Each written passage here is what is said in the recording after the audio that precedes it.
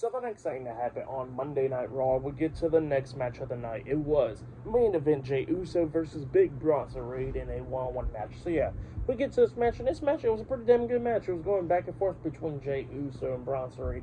Jey Uso kept on trying to do everything that he could do to try to knock Bronson Reed off his feet because it was just pretty tough, you know. At one point, he had a super kick on the Bronson Reed. He was still standing. He has a second one onto Reed. Reed's still standing but staggering. And then he has a third jumping super kick onto Bronson Reed. Finally knocked him down. He pins him. 1, 2. Reed barely kicks out at 2. Reed started fighting back and everything, setting Jey up on the top turnbuckle. But Jey kept on fighting back, throwing punches and headbutts onto him, knocking Bronson Reed off the second turnbuckle back down to the mat. Finally, Jey was already up there. He jumps off with the Uso splash, but Bronson Reed moves out the way, but Jey lands on his feet and rolls through.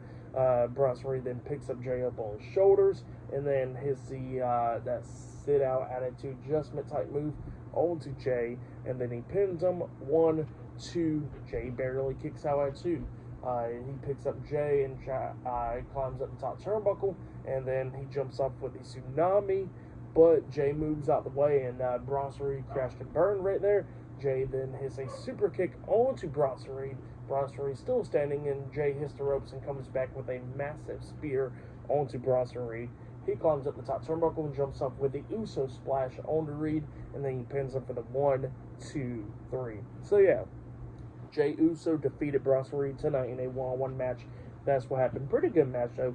I'll give that match 3 stars. That's why I'll give it a great match between Jey Uso and Bronson Reed. That's what happened there. Pretty good stuff. But then, after that match ended, we see Adam Pearce backstage in the office, and Andrade comes up, and he signed Andrade to Monday Night Raw. So yeah, Andrade's now officially on Monday Night Raw.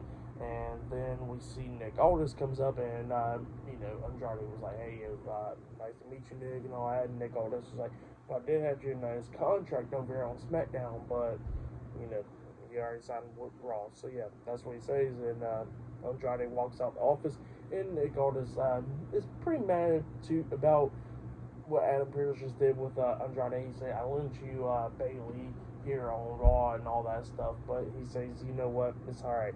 And then all of a sudden, his phone started going off. I actually thought it was my phone going off at first, but it was Nick Aldis' phone going off. And he pulls out his phone, and he was talking about Elimination Chamber with Adam Pearce. And then he looks, and he goes like, "Well, I gotta take this call because Braun Breaker's calling me." And he walks away. So yeah, maybe Braun Breaker's going to be signing with SmackDown, but we will see. But yeah, then after that, we see the Intercontinental Champion Gunther backstage, and he starts talking about how this is just another match for him to defend the Intercontinental Championship and show everybody that he is the greatest, longest reigning Intercontinental Champion of all time. That's what he says, and he says that he's going to forget about Kofi Kingston after he beats him tonight. So yeah, that's what Gunther says, great stuff. Next it'll be Gunther versus Kofi Kingston 1-on-1 for the Intercontinental Championship up next on Raw. So yeah, I'll see you guys later. Until then.